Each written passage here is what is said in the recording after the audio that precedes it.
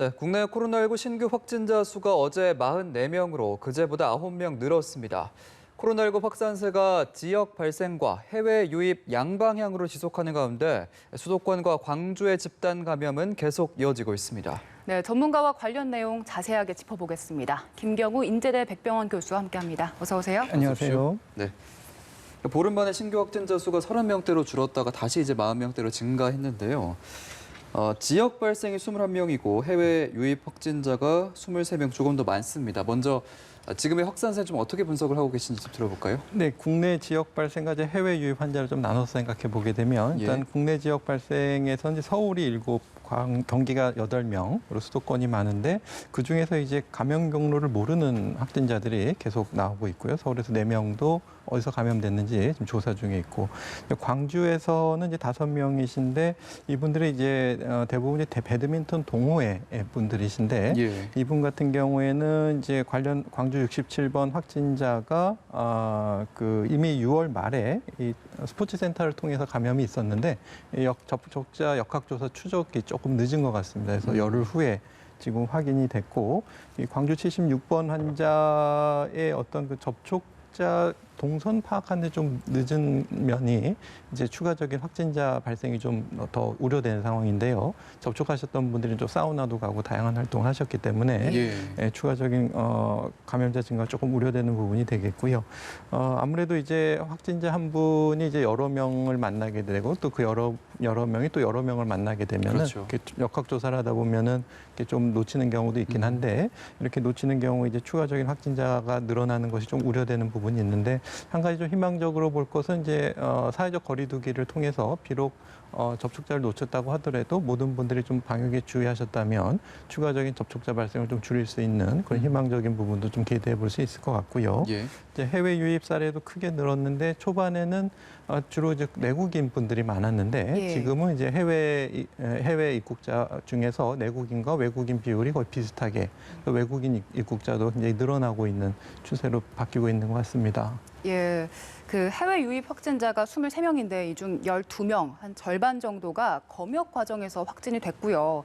나머지 11명은 입국을 한 뒤에 거주지나 또 그 임시생활시설에서 자가격리가 되던 중에 확진 판정을 받았습니다. 아직은 뭐 해외 유입 확진자가 지역 감염으로 이어진 사례가 없습니다만 사태가 길어지는 만큼 당분간은 좀 추가적인 조치가 있어야 되는 거 아니냐 이런 지적도 있더라고요.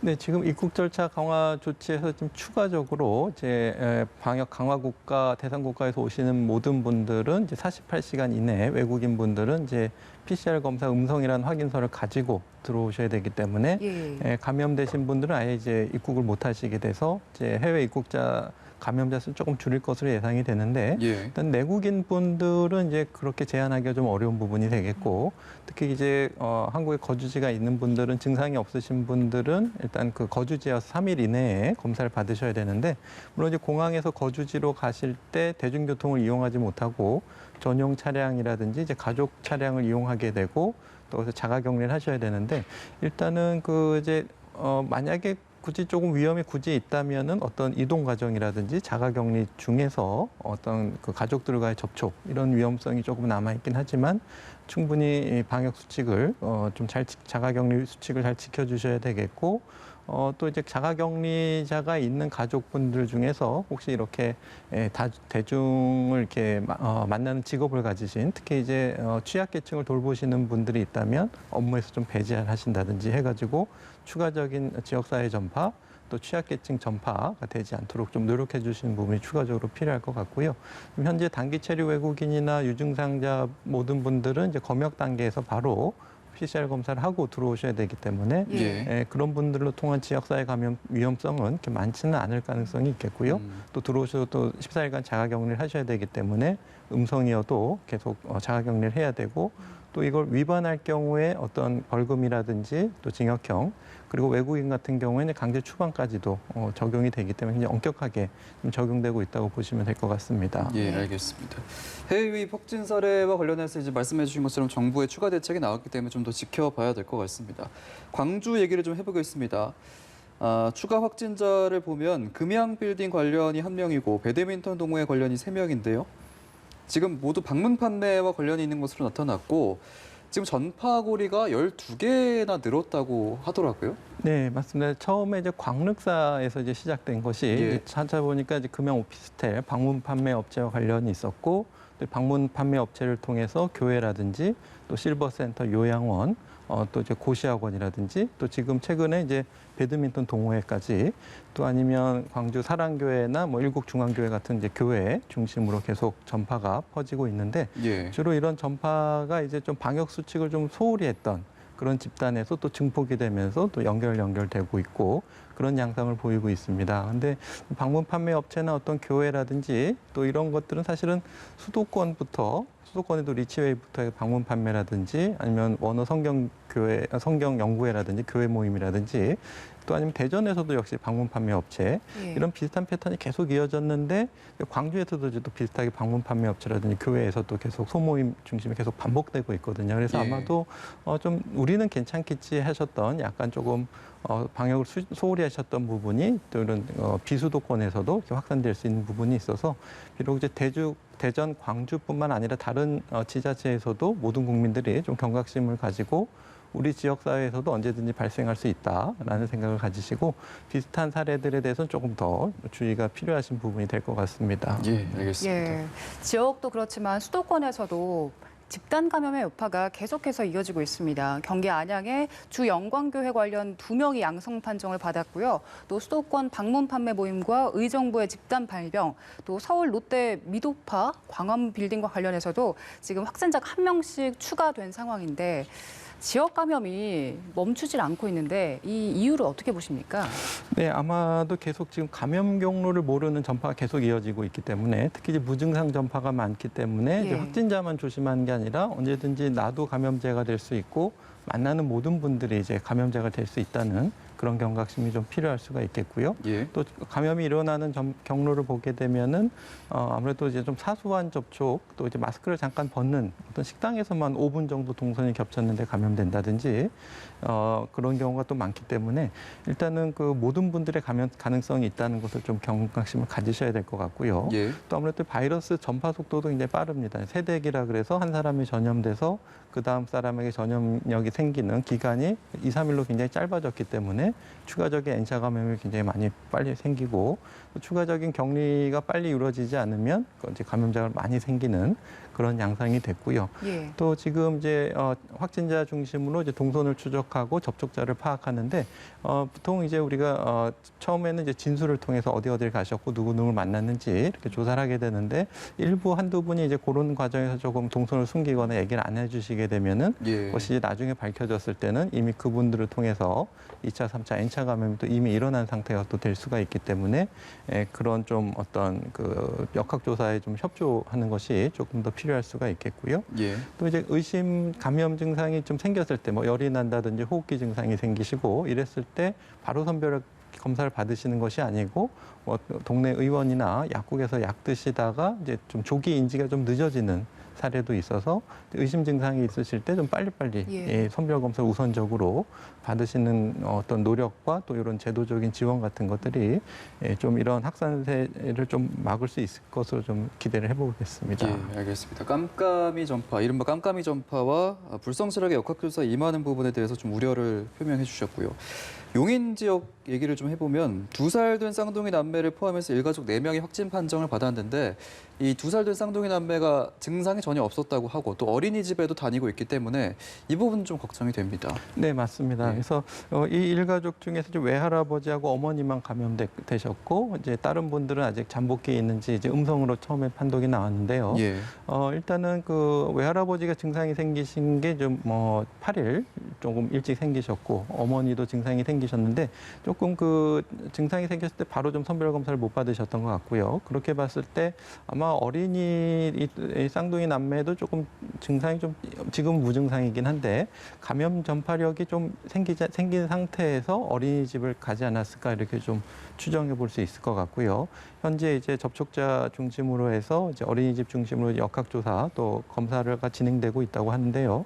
일단은 어린이집에서는 아무래도 이제 2살 어린이들 마스크 착용하기도 좀 어려운 부분이 있기 때문에 예. 그 어린이집에서 어떤 그 방역 수칙 준수가 좀 사실 어린이들에게 적용하기 어려운 부분이 좀 있을 것으로 예상이 되고요.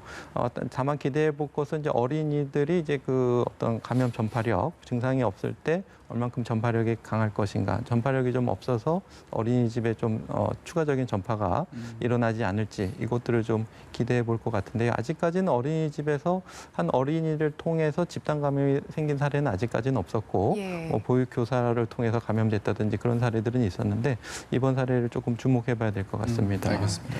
지금까지의 상황을 봤을 땐 감염 확산을 멈추는 것보다는 백신이나 치료제가 개발되는 게 코로나19를 대처할 수 있는 가장 좋은 방법이잖아요. 현재 가장 개발 가능성이 높다고 알려진 치료제가 혈장 치료제인데 중증 환자한테 투약을 해서 효과를 보이기도 했죠. 이 제제가 만들어지는 대로 방역 당국에서는 임상 실험을 할 예정인데 이 치료제가 올해 안에 개발될 수도 있다라는 기대감이 조금씩 나오고 있더라고요. 그런데 의료계에서 봤을 땐 어떻게 보고 계신가요?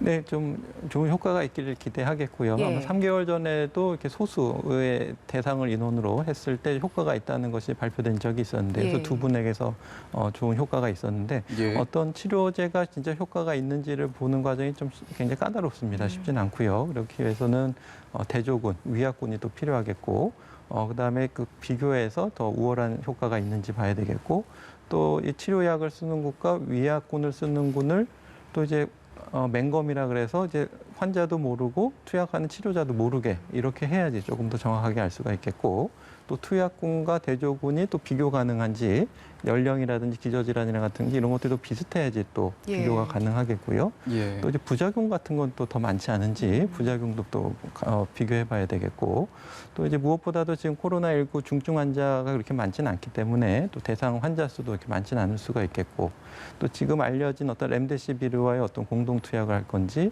아니면 덱사메타존 같은 스테로이드제를 같이 쓸 건지 이렇게 임상 설계 과정도 굉장히 까다롭고 현장에서 시행하는 방법도 굉장히 좀 까다롭거든요. 그래서 예. 혈장 치료제의 효과를 우리가 좀 이렇게 의학적으로 밝히는 과정은 참 쉽지는 않을 수가 있겠고, 지금 국내에서는 어떤 설계로 이제 진행될지는 조금 아직은 밝혀져 있지는 않은데요. 좀 좋은 효과가 있기를 바라겠고, 아무래도 이런 치료제 같은 좀 빨리 개발되는 바람도 있겠고, 무엇보다 이제 의료 현장에서는 좀 다른 말씀이지만 이제 그 어떤 지역 사회의 어떤 그 코로나19 감염 위험이 언제든지 병원 내 감염으로 이어질 수 있다는 것이 사실 좀 가장 우려스럽거든요. 특히 예. 이제 무증상 환자분들이 이제 다른 진료를 보러 오셨다가 병원 내에서 감염이 퍼지는, 열도 없고 호흡기 증상도 없는데 코로나19 감염이 생기는 그런 것들에 대해서 항상 병원에서 이제 굉장히 걱정이 많고 사실 막을 방법이 없기 때문에 예. 지역사회 감염 위험도는 결국 이제 병원 내 감염으로 이어질 수가 있어서 그것이 아무래도 모든 병원들이 지금 항상 촉각을 곤두세우고 있는 부분이라고 할 수 있겠습니다. 네, 연내 개발에 대한 얘기도 나오는데 좀 빠르게 개발이 됐으면 좋겠고요. 사실 지금의 상황에서는 저희가 이제 할 수 있는 거는 이제 마스크 잘 쓰는 건데, 해외에서는 뭐 마스크 잘 쓰지 않는 사례도 있었고, 또 트럼프 대통령 같은 경우에는 공식 석상에서도 마스크를 쓰지 않았었는데 최근에는 또 마스크를 썼다고 하더라고요.